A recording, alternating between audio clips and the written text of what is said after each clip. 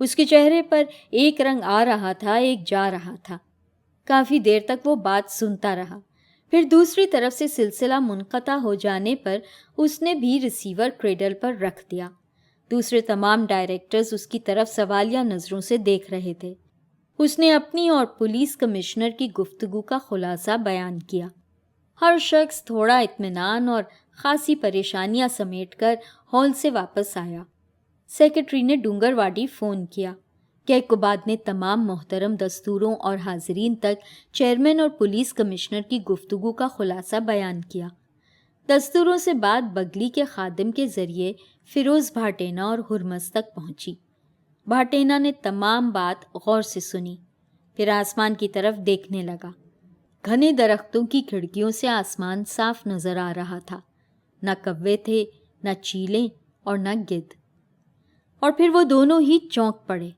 اطلاعی گھنٹی بج رہی تھی، بگلی نمبر 3 سے لاش آ رہی تھی۔ ایک مرتبہ پھر وہ دروازے پر کھڑے تھے۔ لاش آئی۔ اس بار خادم نے 50-50 کے 2 نوٹ بھاٹینا کی طرف بڑھا دیے۔